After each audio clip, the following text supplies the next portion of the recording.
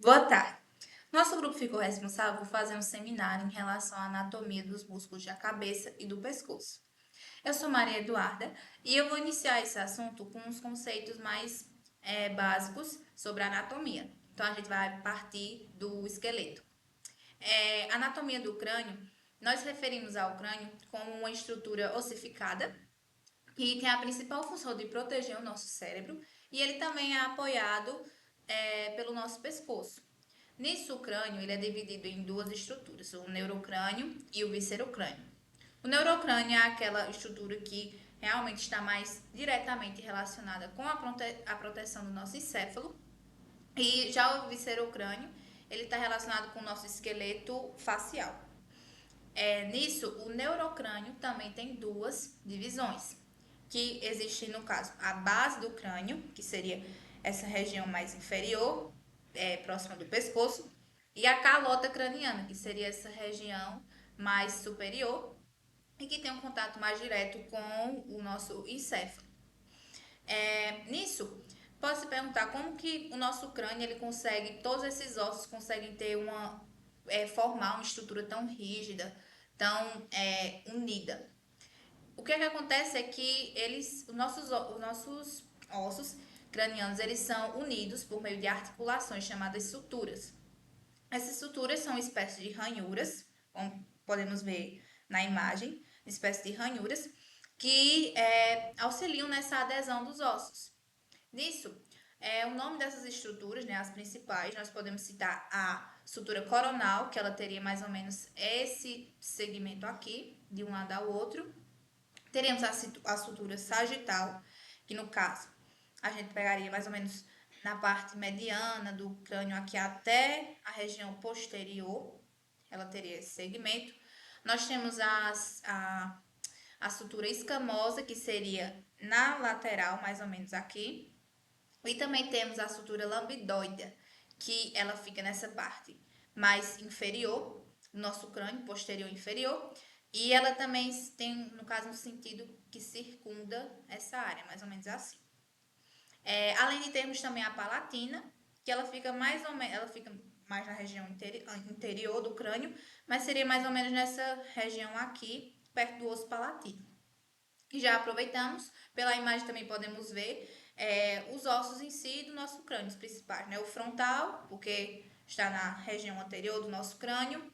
Os parietais, existem dois, certo? Porque são divididos pela sutura sagital. Eles são divididos, tem um parietal aqui e o outro desse lado.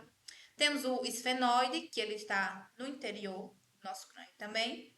Temos o etimoide, que se encontra mais nessa parte, perto da estrutura nasal já, da lacrimal nasal.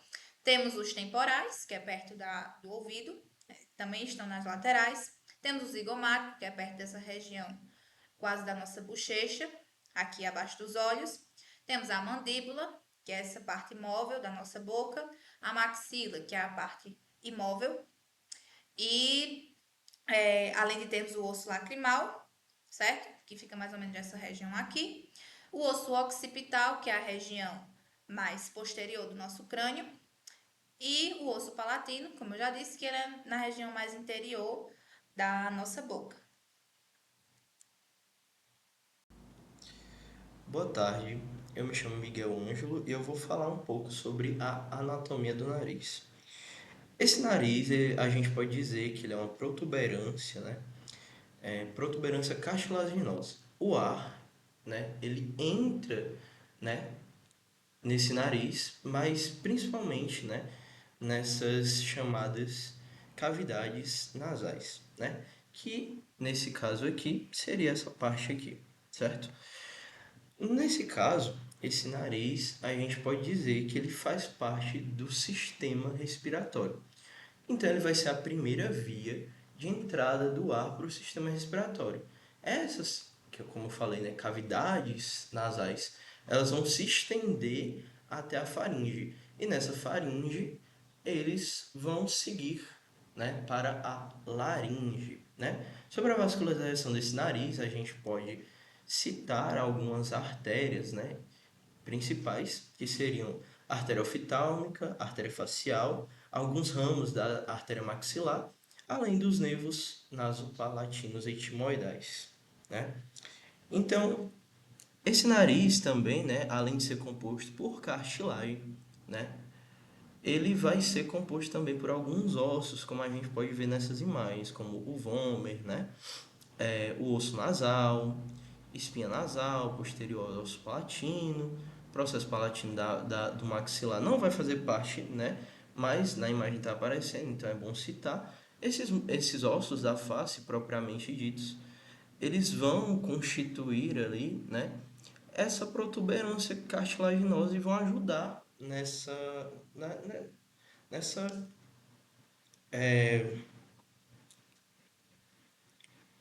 Depois corta. tá, vão ajudar nessa estrutura desse nariz, certo? Boa tarde, meu nome é Penélope e eu fiquei responsável para falar um pouco sobre a anatomia do olho. Como é de conhecimento geral, o olho é o órgão responsável pela visão. Ele basicamente vai fazer a captação de luz ambiente, transformar essa luz em impulsos nervosos que serão enviados para o cérebro. Todo esse processo de captação de luz, ele vai se iniciar na córnea, que como podemos ver no slide, é essa parte externa e transparente do olho. Em seguida, ele será direcionado para a pupila, que é depois para a pupila, que é essa abertura na íris. Em seguida, passará para o cristalino e por fim chegará na retina, onde se tem a formação da imagem. Em seguida, o olho também é composto O olho ele também vai ser composto por três túnicas principais. A primeira é a túnica fibrosa, que é a túnica mais externa do olho e é composta pela esclera e pela córnea. Já a túnica média, ou também túnica vascular, ela é formada por três camadas, que são a coroide, o corpo ciliar e a íris. E por fim, a túnica nervosa, que é formada pela retina. E já em relação aos músculos do olho, existem dois tipos, os intrínsecos e os extrínsecos. Os extrínsecos, ou também chamado de extraocular, ele tem a função de controlar o movimento e também o alinhamento do olho, e são encontrados ao redor da órbita, mas não estão localizados dentro do globo ocular propriamente dito. E em relação aos músculos do olho, são divididos em dois grupos, os intrínsecos e os extrínsecos. Os músculos intrínsecos estão dentro do próprio globo ocular e têm função de controlar o foco próximo. E são dois músculos, o músculo ciliar e o músculo esfíncter da pupila. Já os extrínsecos, eles têm função de controlar o movimento e a posição dos olhos.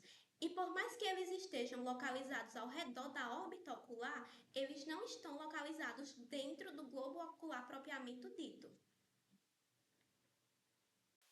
E entre esses músculos extrínsecos, existem também 4 músculos retos e 2 músculos oblíquos, que é o que irão permitir que o olho se movimente, seja para cima, para baixo ou para o lado. E sobre a vascularização do olho, ela é feita através da artéria oftálmica. E já a inervação, ela é feita através dos nervos cranianos, ópticos, oculomotor, troclear, trigêmeo e o abducente. Olá, boa tarde. Me chamo Pedro Nicolas e inicialmente iremos falar sobre a anatomia do ouvido. O ouvido, ele tem uma função principal na captação do som e transformar esse som em impulsos nervosos, mas também tem uma função para o equilíbrio. Ele é dividido em 3 partes: a orelha externa, a média e a interna, cada uma com uma funcionalidade específica. Vou mostrar para vocês aqui no slide essa divisão. Aqui se encontra a orelha externa, a média e a interna. Ela é vascularizada pelas artérias carótida externa, maxilar, basilar e os nervos são os nervos craniano-facial e vestíbulo coclear. Um pouco mais para as estruturas da orelha. A parte externa tem a região auricular e a região do meato acústico externo. A região auricular é formada por tecido cartilaginoso. Ela tem a função de conduzir o som para a orelha média. Nessa região, ela é formada por cartilagem, Já o meato acústico tem uma porção formada por cartilagem e formada também por tecido ósseo, como a gente pode ver aqui, a região cartilaginosa e a região óssea. E também nessa região há a produção de cera, que é para a proteção e também para a condução do som. Agora vamos conhecer um pouco mais sobre as estruturas da orelha. Inicialmente, falaremos sobre a orelha externa.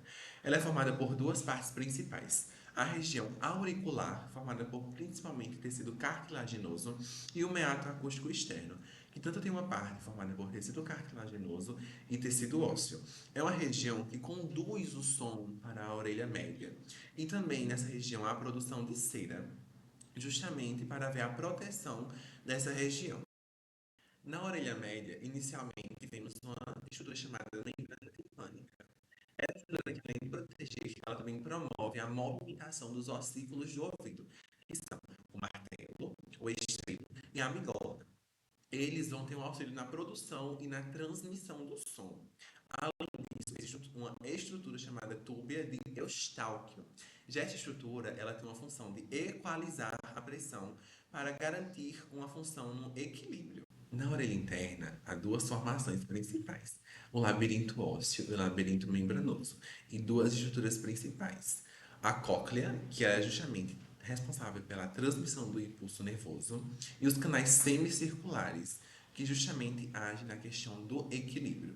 Nesses canais, há a circulação de dois líquidos, a endolinfa e a perilinfa, que é justamente para garantir a proteção e a funcionalidade dessas estruturas. Agora que já vimos falar sobre os ouvidos, vamos entender um pouco mais sobre a boca.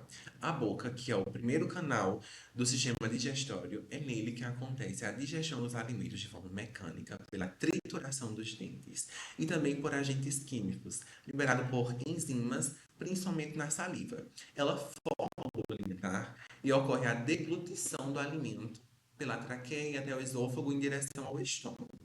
Nela também há a fala e a respiração. Como podemos ver aqui, né, a boca, ela é suprida de forma arterial, né, pelas artérias palatina, descendente, a artéria facial, lingual e maxilar. Já ela é inervada pelos nervos craniano maxilar, mandibular, o nervo vago, hipoglosso e facial. Anatomicamente, a boca é dividida em vestíbulo da boca, que compreende a região entre os lábios, a gengiva, os dentes e a bochecha, e a cavidade oral, que possui os dentes, a língua, o palato duro, o palato mole na região superior da boca, a úvula, que é essa região aqui, e as tonsilas. A região da língua ela é dividida em três partes: o ápice da língua, o corpo da língua e a raiz da língua. Nessa região, as papilas gustativas e os botões gustativos, que são estruturas para sentir o sabor e também para a trituração mecânica dos alimentos. Aqui estão as papilas linguais. Aqui está a papila filiforme, ela tem esse forma mais de cone, e ela tem uma função de trituração mecânica e alguns alimentos. Aqui está a circunvalada, e aqui está a fungiforme e algumas papilas gustativas. Elas têm uma função justamente de secretar enzimas, secretar a saliva e também a percepção do sabor. Agora, falando da anatomia do dente, ele é responsável pela mastigação dos alimentos, pela trituração deles, mas também possui uma função estética e também uma função de saúde. Haja vista que o dente também pode ser acometido por algumas patologias como cáries, sendo necessário fazer também canais. Por isso que há essa importância em procura ao dentista. O dente possui uma região de coroa, que é a região mais apical, e a região da raiz, que é fixa ao osso alveolar e é ligada pelo ligamento periodontal. Na arcária dentária humana, o adulto possui 32 dentes, sendo eles os dentes incisivos, caninos, pré-molares e molares. Com isso, o dente possui algumas regiões que são muito importantes, como a região do esmalte, essa região aqui, que também é a região mais mineralizada, a região da dentina, e uma região muito importante, que é a região que recebe os nervos e a artéria, que é justamente a polpa dente. Como podemos ver aqui, ela entra pela região chamada forame apical, em que fixa-se a raiz do dente, cervicais interna, no osso alveolar, ligada por ligamentos periodontais, que é justamente para que haja essa fixação do dente. Um caso muito interessante, como podemos visualizar a atuação dessas regiões, é em tratamentos ortodônticos, em que se faz necessário a modificação dos dentes por um aparelho. Com isso, as estruturas elas são movidas justamente para que haja uma fixação melhor dos dentes. Como assim foi dito, os dentes não só possuem uma função de mastigação, mas também uma função de saúde e estética, para trazer melhor qualidade de vida ao paciente. Em relação à anatomia do pescoço, ele é uma estrutura que tanto é forte o suficiente para conseguir suportar o peso da nossa cabeça, quanto ele tem uma grande facilidade em questão de movimentos. Nisso, o nosso pescoço, na parte externa dele, ele é dividido em triângulos, que possuem músculos, veias e artérias específicas. Já no interior do nosso pescoço, nós dividimos ele em compartimentos, que no caso eles existem 4 compartimentos, né? Sendo um compartimento vertebral, por quê? Porque ele possui justamente as vértebras cervicais, né, do nosso pescoço. Temos o compartimento visceral, que ele vai compreender as glândulas do nosso pescoço, que tem a tireoide, o timo, a paratireoide, além de também compreender a faringe, a laringe e a traqueia. E temos 2 compartimentos vasculares, que eles vão compreender a artéria carótida comum, o nervo vago e a, e a veia jugular.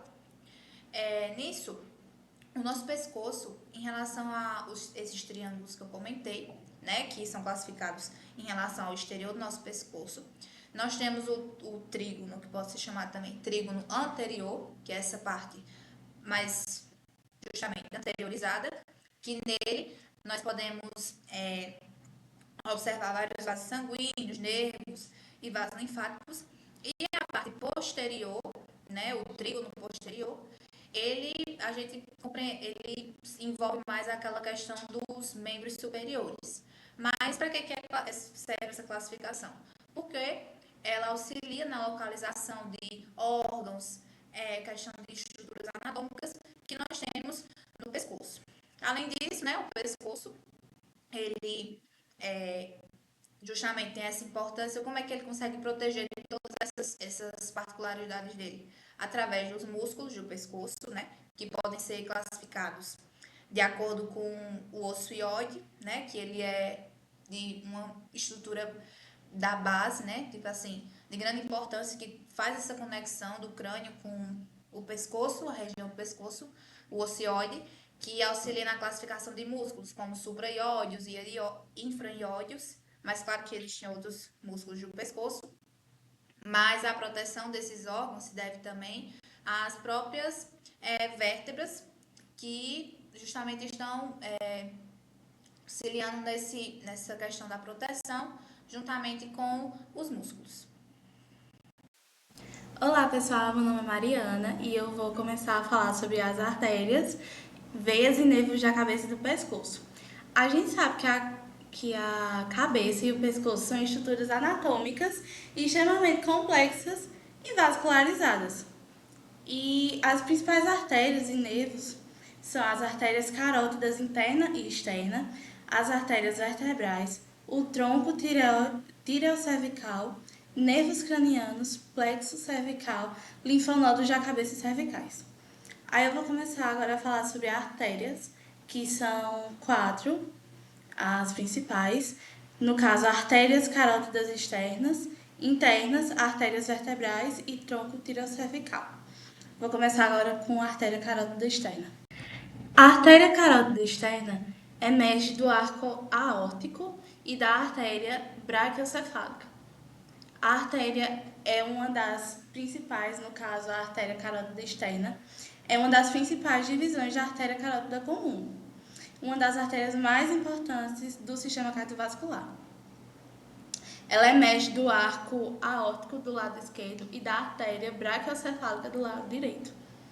A sua bifurcação ocorre ao nível da cartilagem tireoidea, na laringe. A artéria carótida externa é a única divisão da artéria carótida comum que emite ramos na região do pescoço e fornece suprimento sanguíneo às estruturas externas da cabeça e da face.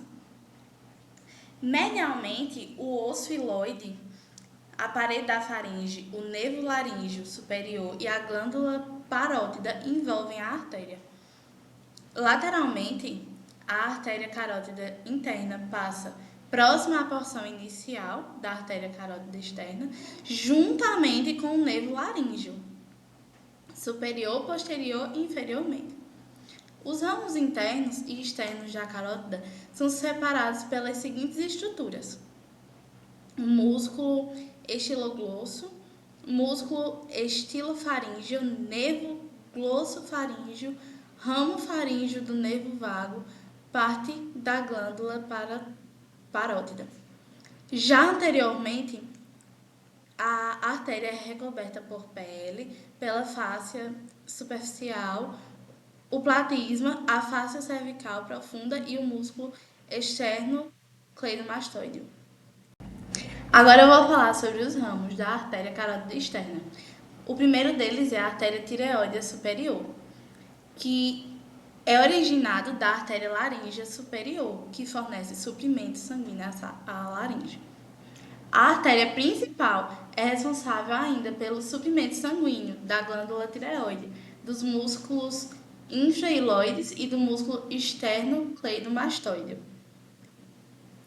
O segundo eu vou falar sobre a artéria faríngea ascendente, que cursa superiormente ao longo da faringe, enquanto se ramifica para a faringe.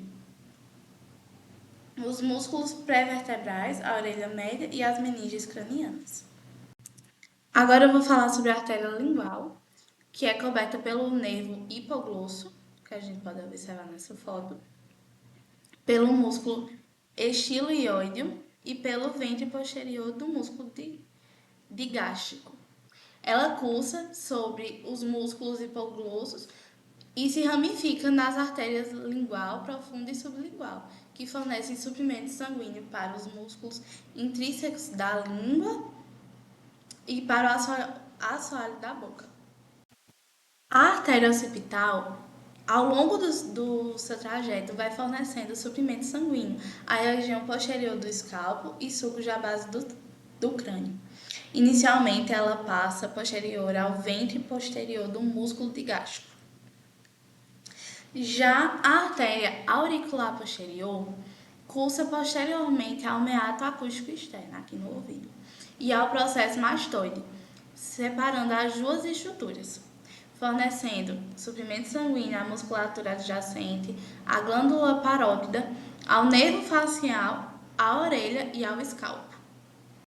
A artéria temporal superficial fornece suprimento somente para a região temporal do escalpo, como é o ramo terminal menor e não possui ramificações ou divisões adicionais nomeadas.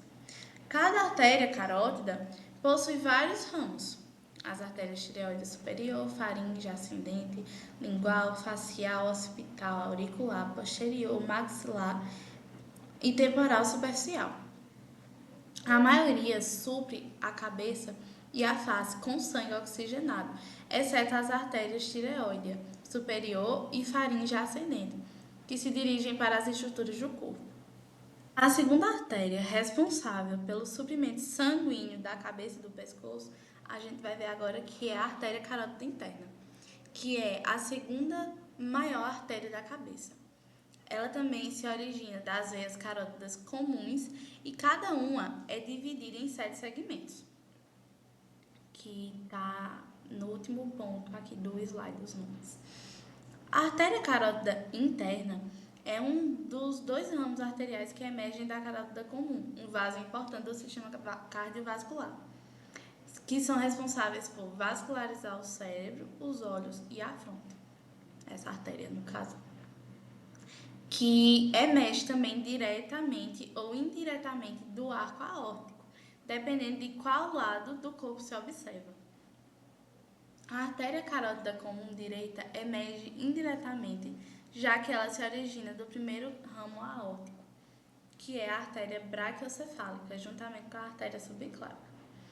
A artéria carótida comum esquerda emerge como o segundo ramo aórtico, com a artéria subclávica esquerda, também se originando diretamente da aorta, logo à esquerda. Então, falando agora um pouco sobre laringe, a gente pode dizer que a laringe ela vai ser um órgão tubular, né, intricado, completo, que vai ser composto por por várias cartilagens, ligamentos e músculos. Além disso, ela não é um tubo misto como a faringe. Então a gente vai falar agora um pouquinho sobre essa faringe, né? E essa faringe, ela é considerada um tubo misto por quê? Justamente porque ela vai fazer o processo de deglutição. Quando a gente engole, a laringe ela vai se elevar, fechando uma estrutura que a gente chama de epiglote, para que não ocorra justamente o engasgo, né? Pessoas que têm problema na deglutição normalmente vão ter justamente problemas nessa epiglote aqui, né? Então, o que acontece? Como eu já falei anteriormente, né? A laringe, ela se eleva e essa epiglote, que é uma cartilagemzinha e tal, ela vai se fechar. E aí, o alimento, né? O bolo alimentar vai passar aqui pela faringe e chegar até o esôfago, onde vai começar os primeiros movimentos peristálticos. Já no sistema respiratório, né, a gente falou de digestório. Já no sistema respiratório, a faringe, ela vai fazer o quê? Ela vai fazer o transporte do ar. Ela vai fazer o transporte do ar até a laringe, né? E essa laringe, como eu já disse anteriormente, ela faz parte do sistema respiratório e vai fazer com que haja ali, né, o transporte do ar e posteriormente a oxigenação, né, o processo de hematose desse sangue, né? Então aqui a gente pode ver algumas estruturas, né, da laringe, né, que ela vai ser composta aí pela membrana tireoide, cartilagem tireoide, ligamento circuntireoidiano médio, o músculo circotireoidiano e a cartilagem tricoide, né? Então a gente vai ver alguns tipos de cartilagem e falando mais um pouco sobre essa laringe, a gente pode dizer que a musculatura dela é uma musculatura intricada, ou seja, é uma musculatura justamente que ela tem um formato como se fosse torcido, né? Intrucado, né? Então essa laringe ela vai estar situada, né, acima da traqueia.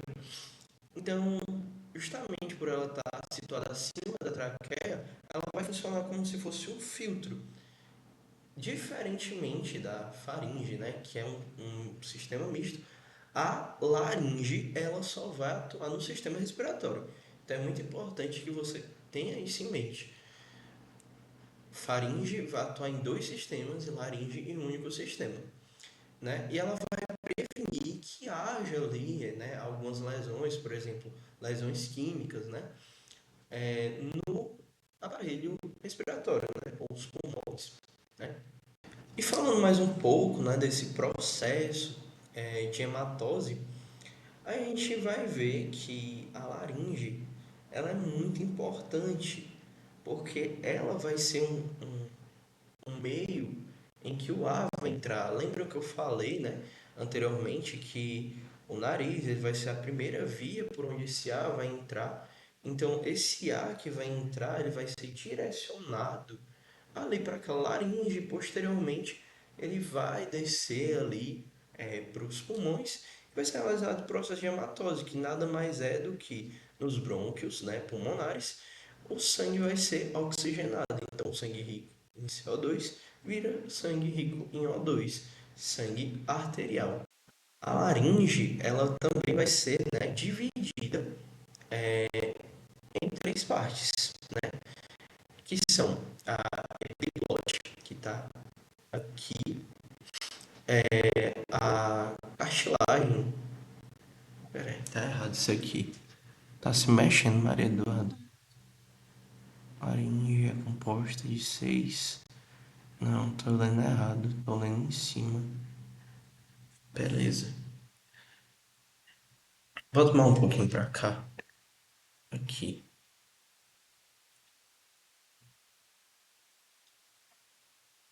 Então, essa laringe, né? Como a gente já estava discutindo, ela vai ser dividida em 3 regiões: vestíbulo, ventrículo e a área infraglótica, né? Já as cartilagens vão ter várias, né? Mas a gente pode citar algumas, né? Que são pareadas e não pareadas, né? A epiglote, né? Que é aquela região que eu disse que quando, né, o bolo alimentar vai descer, ela se fecha para que não haja a passagem do alimento para as vias respiratórias, né? Também a gente vai ter a cartilagem corcunlada, né, que é pareada, a cartilagem cuneiforme, né? Enfim, essas são algumas, né, que compõem aí a laringe, tem outras. Mas o importante você saber é que a musculatura da laringe é intrucada e ela vai parecer como se fosse uma corda. É isso. Sim, agora vamos lá. Cuneiforme, cartilagem tireoide. E falando mais sobre essas cartilagens, né, a gente vai ter a maior cartilagem, né, que vai ser justamente a cartilagem tireoide. Então, essa cartilagem tireoide, como ela é a maior de todas, a gente pode descrever que ela Peraí. Então, a gente pode falar, né, que a cartilagem tireoide, ela vai ser a maior cartilagem, né? Então, ela está ligada ao osso ióide, né, que a gente pode ver aqui que ele fica nessa parte aqui de cima, né? Então, ela está ligada a esse ocioide através da membrana tireoide e, né, a gente pode dizer que existem alguns tipos de cartilagem, que seriam a cartilagem corniculada e a cuneiforme, e são consideradas cartilagens menores, né, devido às suas reduzidas dimensões. Então, falando um pouquinho mais, né, sobre essas membranas e ligamentos da laringe, elas vão ser classificadas de acordo com suas funções. E esses grandes ligamentos extrínsecos, eles vão incluir 2 grupos, né, de ligamentos, que são os ligamentos tireoides e os ligamentos tireoides médios. Então, essas membranas, esses ligamentos da laringe, elas vão ser classificadas de acordo com suas funções. Então, os grandes ligamentos extrínsecos, eles vão incluir 2 ligamentos tireoides, o ligamento tireoide médio, a membrana tireoide, o ligamento circuntireoide mediano e o ligamento cicotraqueal. Então, essas membranas, né, e esses ligamentos da laringe, eles vão ser classificados de acordo com suas funções. Então, os grandes ligamentos extrínsecos, eles vão incluir os 2 ligamentos tireoides, né? Vão incluir também o ligamento tireoide médio, a membrana tireoide, o ligamento circuntireoidiano mediano e o ligamento cicotraqueal, né? Então, os principais ligamentos intrínsecos da laringe vão incluir o ligamento vocal, né? Inclusive, isso é um ponto importante, destacando, a laringe, ela tanto vai fazer o processo de levar o ar, quanto de sonoridade, né? Então, quando a gente fala, a gente não respira. Tanto é que se você ficar falando, uma hora você vai ter que parar para respirar. Isso acontece porque quando a gente está emitindo sons, algumas pregas vocais que estão ali na laringe, elas vão vibrar. E nessa vibração, o ar ele se fecha.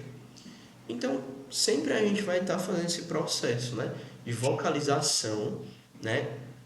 E justamente essas cordas vocais, elas podem ser acometidas, né, ali por algum tipo de lesão, principalmente naquelas pessoas que usam muito a voz, por exemplo, cantores, né? Muitos deles, por exemplo aí o Príncipe das Trevas, né, como a gente conhece, né, o Ozzy Osbourne, ele tinha um problema ali, né, na laringe, então nas pregas vocais. Então, voltando, né, ao nosso raciocínio, né, a gente tem, né, esses ligamentos intrínsecos, né, e para terminar, a gente vai ter um cone elástico, né, a membrana quadrangular e o ligamento vestibular. E assim a gente termina essa parte de laringe, né? Mas aqui a gente também pode dar uma destacada, porque a cartilagem tireoide, né, como vai ser a maior de todas, né, ela pode, né, ter um problema, né? Então, essa cartilagem tireoide, né, no caso, mais precisamente a membrana tireoide, ela pode ser acometida ali por uma doença. Que seria, então, voltando, né, à nossa linha de raciocínio, os principais ligamentos intrínsecos da laringe vão incluir o ligamento vocal, né, que vai dar essa entonação à nossa voz, né, e também vai fazer com que essas cordas, como eu disse, vocais, elas vibrem e emitam som, né, o cone elástico, a membrana quadrangular e o ligamento vestibular.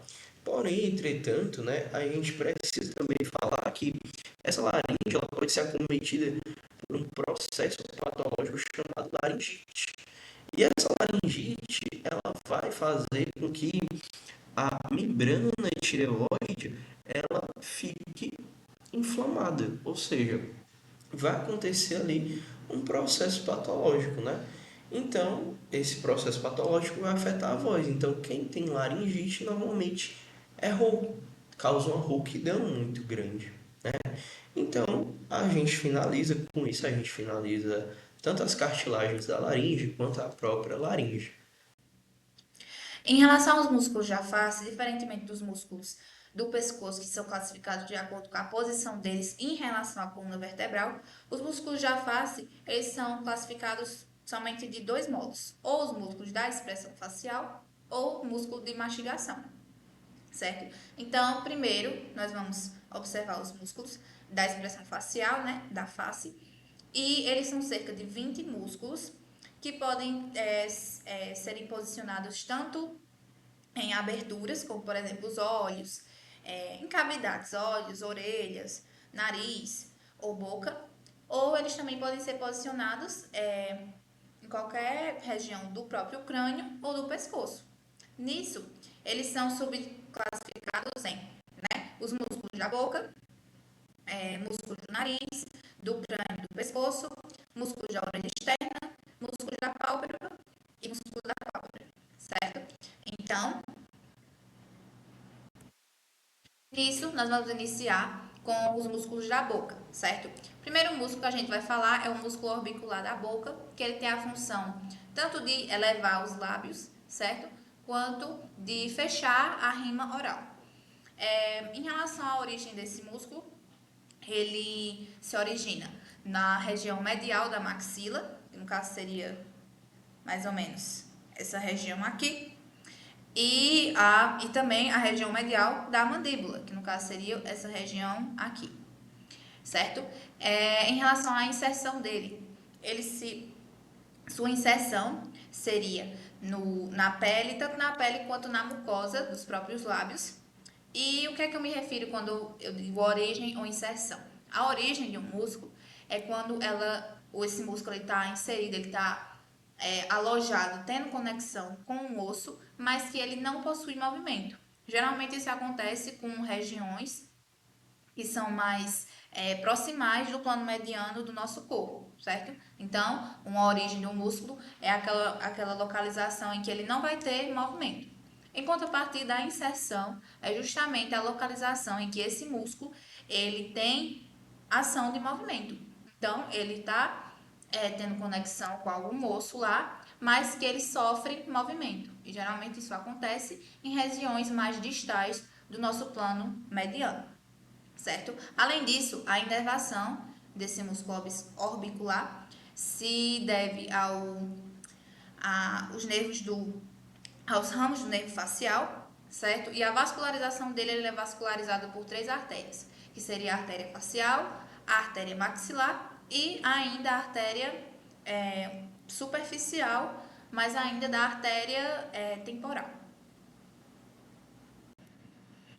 Nisso, agora temos o músculo bucinador, e ele é basicamente o músculo da bochecha, que ele auxilia, por exemplo, quando a gente está comendo, ele faz com que o bolo alimentar, quando a gente mastiga, ele fique lá alojado na nossa boca. Ele também auxilia na fonação, dentre outros, certo? Nisso, a origem dele, ele se origina nessa região aqui, que seria essa superfície externa lateral, né, do processo alveolar da maxila. Em relação à inserção dele, ele se insere no modíolo, que é tipo uma junção de vários músculos, nessa parte do ângulo da boca, lateral aqui, seria no modíolo, mais os lábios superiores. Em relação ao nervo, também é inervado pelo nervo bucal, e a sua vascularização se deve pela artéria bucal e também a artéria facial. Agora, em relação ao músculo levantador do lábio superior, como o próprio nome já disse, ele tem a função de elevar o lábio superior, seria essa região aqui, certo? E em relação à origem dele, ele se origina no processo zigomático, que é mais ou menos essa região aqui, e também processo maxilar, querendo ou não. Em relação à sua inserção, ele se insere. Agora, em relação ao músculo levantador do lábio superior, como o próprio nome já diz, ele tem a função de elevar o lábio superior, certo? E a origem dele é tanto no processo zigomático quanto no processo maxilar. Em relação à sua inserção, ele se insere também na pele e na mucosa dos lábios superiores.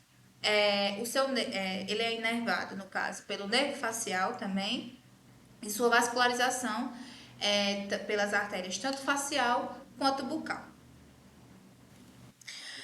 Já o músculo depressor do lábio inferior, ele justamente tem essa função de puxar, tracionar o nosso lábio inferior, e ele se origina na linha oblíqua da mandíbula, né, que seria mais ou menos aqui. Sua inserção, ele se insere também na pele e na mucosa dos lábios. Sua inervação se deve ao nervo facial e sua vascularização se deve à artéria facial e à artéria maxilar. O músculo levantador do lábio superior e da asa do nariz, no caso, ele tem essas duas funções, certo? Quando ele provoca um movimento nele, e ele, no caso, se origina nessa região da maxila em direção a essa parte mais frontal, a parte frontal da maxila de modo geral, né? Seria a origem seria nessa região aqui. Já a sua inserção, ele se insere látero, inferiormente, até chegar a essa região aqui mais superior, certo? Do nariz. E sua inervação se deve também ao nervo facial, e a vascularização se deve à artéria facial e à artéria maxilar. O músculo mentual, ele tem a função de elevar o lábio inferior, certo? E também ele enruga a pele do queixo. A sua origem, ele se origina justamente na fossa da mandíbula, certo?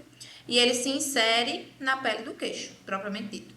Em relação à inervação, ele também é inervado pelo nervo facial, e sua vascularização se deve à artéria facial e à artéria maxilar. Já o músculo risório, ele tem a função de elevar, né, puxar essas regiões mais angulares dos nossos lábios, né, justamente risório, se refere ao riso, né, ele puxa essas regiões, e ele se origina onde? justamente nessa região mentual, certo?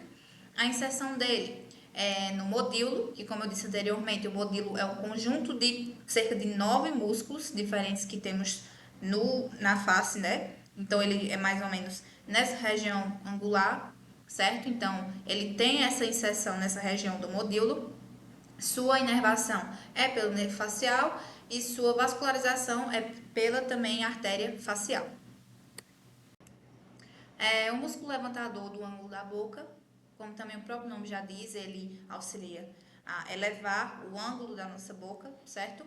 E ele se origina onde?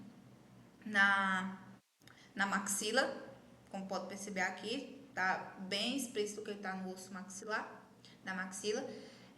Sua inserção, ele se insere no modíolo também, que é mais ou menos nessa região aqui angular, né, lateral da nossa boca. Sua inervação é pelo nervo facial e sua vascularização é tanto pelas artérias facial quanto a artéria maxilar.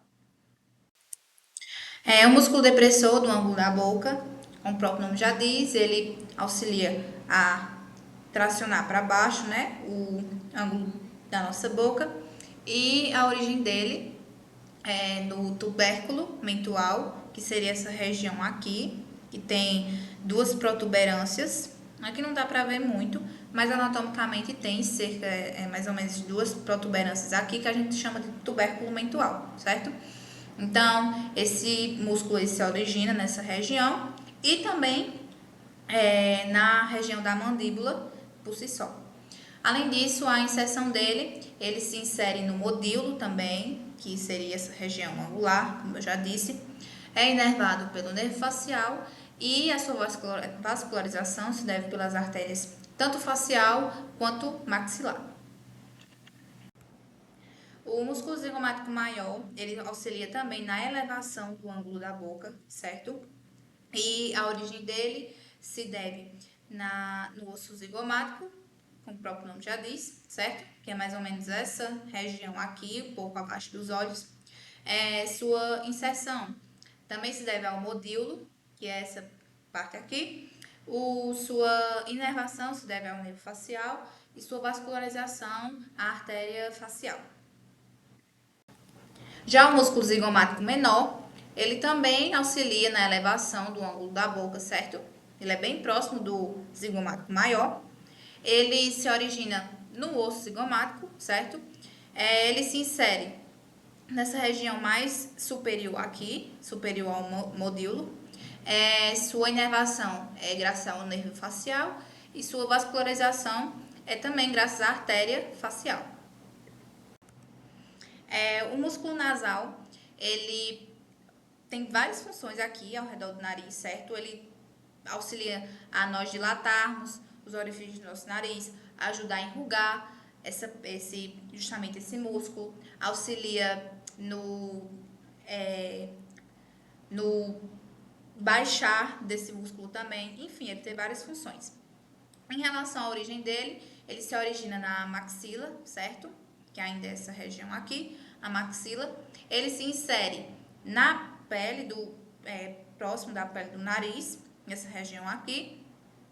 Sua inervação é pelo nervo facial e sua vascularização às artérias facial e maxilar. O músculo prócero, pela localização dele, a gente sabe que ele vai auxiliar na tração dessa região da frontal, né, da nossa testa para baixo, certo? Então, essa região, o músculo aqui, essa região aqui, ele ajuda a enrugar, tracionar essa região para baixo. Nisso, ele se origina onde? No osso nasal, certo? Como a gente pode ver aqui, a conexão dele com o osso nasal. Sua inserção é na pele da glabela, que a glabela é mais ou menos nessa região aqui, né, anatomicamente. Sua inervação é pelo nervo facial e sua vascularização é também pela artéria facial. O músculo da pálpebra, ele, como o próprio nome já diz, ele auxilia na movimentação dessa região da pálpebra, que é mais ou menos aqui. Também auxilia no piscar dos olhos, certo? Esses movimentos, às vezes, voluntários ou involuntários que nós temos. A origem dele é justamente nessa região da pálpebra, né? Da pálpebra, principalmente essa região superior. A inserção é nessa região do zigomático, mais ou menos, mas que também tem relação um pouco com a pálpebra. Sua inervação é pelo nervo facial e sua vascularização é pela artéria facial. Já o músculo corrugador do supercílio, ele também tem essa função de auxiliar na tração dessa pele da glabela, né? Que principalmente para baixo, né? Tracionar para baixo. E também de enrugar a própria testa, certo? Que auxilia nas expressões faciais. Ele se origina onde? Nessa parte do osso frontal, né? E um pouco do osso mentual, dessa região mentual, maxilar, maxilar, certo? A inserção dele é uma inserção superficial no osso temporal, certo? Ele é inervado pelo nervo facial e sua vascularização se deve tanto pela artéria oftálmica quanto pela artéria superficial temporal. Já o músculo occipitofrontal, ele é bem complexo porque ele engloba grande parte do crânio. Porque, como se pode ver, ele pega desde essa região frontal, certo? Do osso frontal, até a região ou ventre, que a gente pode chamar de ventre também, desde o ventre frontal até o ventre occipital, que seria essa parte posterior do nosso crânio. Então, ele envolve toda essa região e ele tem diversas funções, como enrugar o couro cabeludo, enrugar a testa, elevar as sobrancelhas, enfim, ele auxilia muito também nas expressões faciais, certo? E daí ele é inervado pelo nervo facial e ele é vascularizado pela artéria supratroclear, certo? A artéria supraorbital e a artéria occipital, certo? Os músculos da orelha externa, né, são também chamados de músculos auriculares. Eles são basicamente só 3, certo? Então, esse aqui mais à frente, né, em relação ao nosso plano, ele é o músculo anterior, certo?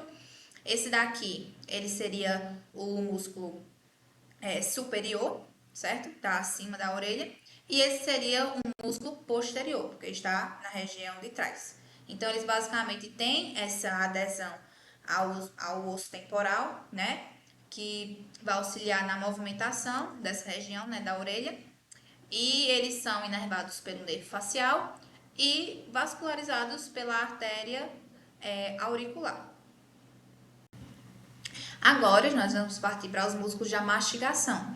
E uma característica essencial desses músculos, para a gente saber diferenciar eles dos músculos da face, é porque eles sempre vão estar associados à mandíbula, certo? Porque justamente para que a gente consiga mastigar, a gente precisa é essencial essa movimentação da mandíbula.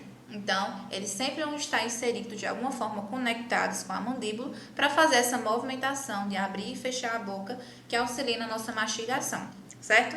Então, o primeiro osso muscular, o primeiro músculo da mastigação que nós temos associado é o temporal, certo? Que justamente ele está inserido nessa região aqui do osso temporal, certo? E ele é inervado pelo nervo mandibular, certo?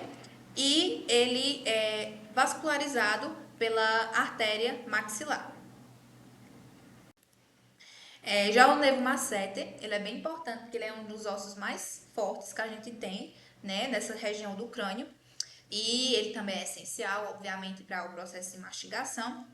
E ele é inervado tanto pelo nervo massetérico, certo? Quanto pelo nervo mandibular. E ele é vascularizado pela artéria massetérica. Já o músculo pterigóide medial, ele é inervado, né, pelo nervo mandibular e ele é vascularizado pela artéria maxilar. E por último, dos músculos da mastigação, certo? Temos o músculo pterigóide lateral, que diferentemente do medial, certo? Ele recebe esse nome porque está nessa região mais lateralizada do nosso crânio, certo? E uma coisa muito importante sobre ele também é que algumas fibras dele têm conexões com o disco temporomandibular, também conhecido como ATM, que nós temos mais ou menos, né, nessa região aqui da nossa face, que também tem uma função muito importante, né, na questão da mastigação, que inclusive, né, pessoas que acabam tendo problema nessa região da ATM, porque ela é o que? Ela é composta por fibras, né, uma articulação que tem o líquido, né, sinovial que vai auxiliar a gente na mastigação, porque ele lubrifica essa região, lubrifica esse disco. Então, as pessoas que às vezes podem ter problemas nesse disco, ou que perderam o líquido dessa região, ou esse disco é desgastado, sofrem muitas dores nessa região da face e também tem dificuldades para abrir, fechar a boca, mastigar, falar, enfim. É um processo bem doloroso. Então, realmente é uma região também dessa da ATM, é uma região muito importante para mastigação, certo? E o músculo pterigóide lateral, ele também é inervado pelo nervo mandibular, certo? E é vascularizado pela artéria maxilar. Agora eu vou falar um pouco sobre os músculos do pescoço. Primeiramente, o pescoço em si, ele é muito importante, pois conecta a cabeça ao tronco e também vai servir de abrigo para estruturas essenciais, tipo a traqueia, o esôfago, vasos sanguíneos e também de nervos. Já os músculos, que também é o foco principal do nosso seminário, especificamente os músculos do pescoço, eles são divididos em anteriores, posteriores e laterais. Os músculos anteriores, eles estão associados à deglutição, à fala e também à movimentação do ocioide. E são divididos em subgrupos.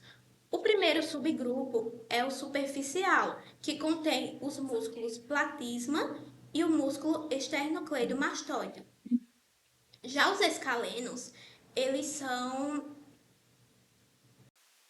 E já o segundo subgrupo são os músculos escalenos, que inclui o músculo escaleno anterior, médio e posterior, e também os infras.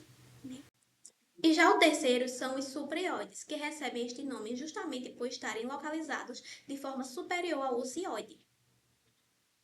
E inclui os músculos E já o terceiro são os supraoides, que recebem este nome justamente por estarem localizados de forma superior ao ocioide. E neles contém o músculo digástrico, o músculo miloióideo, o músculo genioióideo e o músculo estiloióideo. Já os músculos infraóideos, eles estão localizados de forma inferior ao ocioide e contêm os Por fim, os músculos pré-vertebrais são um grupo de músculos que estão localizados de forma anterior à coluna cervical. E neles inclui o músculo reto anterior da cabeça, reto lateral da cabeça, músculo longo da cabeça e músculo longo da cabeça. Agora, os músculos posteriores do pescoço são divididos em 3 grupos. O músculo posteriores do pescoço, que o próprio nome já diz que está localizado na parte posterior do pescoço, ou seja, na parte de trás. São divididos em 3 grupos. O primeiro é o grupo esplênio, que contém os músculos esplênio da cabeça e o músculo esplênio cervical. O segundo são grupos suboccipitais, que está relacionado aos músculos da postura e contém os músculos reto posterior maior da cabeça, reto posterior menor da cabeça, músculo oblíquo inferior da cabeça e músculo oblíquo superior da cabeça. E o terceiro e último músculo é o grupo transverso espinhal, que contém os músculos semiespinhoso da cabeça, semiespinhoso cervical, os músculos rotadores cervicais e o músculo interespinhoso cervical e intertransversais. E por fim, os músculos laterais, ou também chamados de pré-vertebrais, que estão localizados, como o próprio nome diz, na lateral do pescoço, eles são muito importantes para realizar a flexão tanto anterior quanto lateral do pescoço. E também é de extrema importância para estabilizar a coluna vertebral cervical. E os músculos que compõem eles são o músculo longo da cabeça, o músculo longo do pescoço, o músculo reto anterior da cabeça e o músculo reto lateral da cabeça. Boa noite, né? Eu vou aqui apresentar sobre as artérias vertebrais. E eu sou Gabriel Diniz, tá? Vamos começar agora falando das artérias vertebrais, que elas vão se originar da onde? Dessa artéria subclávia aqui, ó. Elas vão se originar dessa artéria subclávia e elas vão se encontrar sob as clavículas, tá? Então, o que é que acontece? Elas vão emitir vários ramos, né? Como a gente pode ver aqui, tem vários tipos de ramos, várias artérias diferentes. E elas recebem um nome. Toda essa conexão vai receber um nome, tá? Vai se chamar de polígono de Willis, que vai justamente fazer esse formato aqui, certo? E vai estar localizado no interior do crânio. Então, todo esse conjunto de artérias vai basicamente ser formado, resumindo, né, em cima da clavícula, e ela vai formar muitos ramos, porque cada uma delas vai para uma área específica, né? Por exemplo, a artéria facial vai para a face, artéria nasal dorsal, né? E assim em diante. Então, agora a gente vai falar sobre a artéria do encéfalo, né? Que basicamente a irrigação do encéfalo, né? Que isso aqui vai ser o encéfalo, ela vai ser duas fontes. Vai ser vinda das artérias carótidas internas e as vertebrais, como a gente viu no slide anterior, certo?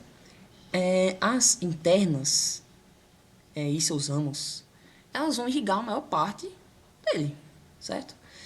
E a gente percebe que o formato dele é justamente aquele nome que eu citei no slide anterior, que é o polígono de Willis, que vai ser basicamente uma estrutura anatômica que, através de anastomoses, né, vai basicamente circular no interior disso, do encéfalo. Vai fornecer sangue para as regiões que precisam.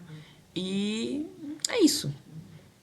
Agora eu vou falar um pouco sobre as veias e nervos do encéfalo, né, já que a gente já falou sobre as artérias. A gente tem que entender que o encéfalo vai ser uma região muito vascularizada. Ela vai receber cerca de 20% do débito cardíaco. Então ele é muito nutrido, certo? Ele é muito nutrido mesmo. Outra coisa necessária citar é que as veias do encéfalo elas não vão ter camada muscular. Então, o que vai acontecer? Elas vão conseguir se expandir e se contrair quando quiser. Existe também um sistema no encéfalo que vai ser tipo dois sistemas venosos que vão drenar o sangue do encéfalo, né? A gente tem o externo, que é o sistema venoso superficial, e temos o interno, que é o sistema venoso profundo. E de acordo com as regiões do encéfalo que eles drenam, eles podem ser divididos em 3 grupos diversos, né? As veias cerebrais superiores, a superficial média e as inferiores, né? O sistema venoso profundo, como a gente citou que era um dos tipos, ele basicamente vai ser formado por uma série de seios venosos, como a gente está vendo aqui, e veias cerebrais profundas, né? Como a gente está vendo aqui, que tem diversos vasinhos aqui azul, né? Ó, drenando o venoso. E vale ressaltar também uma questão de importância muito grande, né? Porque a drenagem venosa de uma parte do encéfalo vai ser feita pelas veias cerebelares superior e inferior. Elas vão drenar para a veia cerebral magna, aí depois vai para o seio reto e para o seio petroso superior, né? Então aqui a gente vê o nervo olfatório, o nervo óptico, né? Isso aqui é um dos nervos que tem uma importância muito grande, né? No nosso corpo. Vamos falar agora um pouco sobre o tronco tireocervical, que é uma artéria muito importante que tem no pescoço, que ela vai se originar da mesma fonte que as outras, da artéria subclavial, e ela vai ter alguns ramos. Esses ramos é basicamente a artéria tireoide superior, a artéria cervical, a artéria supraescapular, e eles vão ser responsáveis, tá, como qualquer outra artéria, em fornecer sangue fresco, né? Principalmente para os músculos laterais da região, para a glândula, escápula, romboide. Então, eles vão fazer justamente aquilo que outras artérias fazem, que é fornecer sangue para suas determinadas regiões. Aqui a gente tem a artéria subclave, como a gente viu nos outros exemplos, que a maioria das artérias vão se originar dela, e a gente percebe, né, que elas vão ser um par muito grande, que elas vai estar nessa região aqui, e vai fornecer sangue para o tórax, cabeça, pescoço, ombro. Resumindo, é tipo uma das maiores artérias que tem no corpo. E essas artérias são tão grandes que elas fornecem basicamente para quase todo o corpo, né? Ela vai ter vários ramos e cada ramo vai ser para uma determinada região. Por exemplo, um ramo para a região torácica vai só nutrir a região torácica, muscular, cervical. No total existem 8, tá? No lado esquerdo da artéria subclaviana vai emergir um arco aórtico, enquanto lá direito vai ter o tronco braquiocefálico. As duas vão atuar do mesmo jeito, tipo, dando sangue e tal. Ela também entra na axila, entre a primeira e a clavícula. Ela se torna também uma artéria axilar e ela pode emitir diversos ramos, certo? Vamos falar agora um pouco das veias do pescoço, né? As veias do pescoço são importantes, já que elas vão vascularizar a cabeça e o pescoço. E também elas vão drenar essas duas regiões. E as principais veias que vão drenar essas regiões é a veia facial, veia tireoide inferior, média, superior, vertebral, jugular. E basicamente é fácil saber onde elas vão drenar, porque o nome dela é semelhante à estrutura que ela vai ter que drenar, né? Mas no caso da cabeça e do pescoço, elas são drenadas por 3 veias pares, que é as veias jugulares internas, aqui ó, veias jugulares internas, as veias braquicefálicas, na imagem, e as subclaviais, né? A veia jugular interna, ela vai drenar a maior parte da face, encéfalo e pescoço. Então, ela é uma das veias principais da região cefálica e cervical. A veia braquiocefálica, né, ela vai ter origem da veia subclávia, como as outras, né, e tal. E é isso. Vamos falar agora um pouco sobre os linfonodos da cabeça e cervicais, certo? Os linfonodos, eles são muito importantes, porque eles vão basicamente drenar, vão fazer uma drenagem linfática e vão fazer um funcionamento adequado no sistema imunológico, como a gente sabe, das funções dos linfonodos. Então, eles são organizados em grupos. Temos os linfonodos do grupo facial, da zona da face, grupo submandibular, grupo submentual, e assim diante, né? Eles vão formar 3 cadeias principais, tá? A gente tem que entender que eles vão formar uma cadeia horizontal superior, eles vão formar um grupo cervical lateral e uma cadeia cervical inferior também. Os linfonodos cervicais anteriores, superficiais e profundos, né? Aqui, ó, cervicais profundos e anteriores, eles vão receber linfa da glândula tireoide. O que é uma linfa? É tipo resto de resíduos, essas coisas que eles vão transportar, né? Então eles recebem linfa da glândula tireoide, traqueia, da laringe, da infrarreóidea, como é que pode ver aqui na imagem. E é isso. Eles também vão receber, às vezes, uma linfa da cabeça e do pescoço, certo? Diretamente os vasos linfáticos. Mas os vasos eferentes, eles vão formar troncos jugulares que vão drenar o duto linfático. Com isso finalizamos, né, apresentações de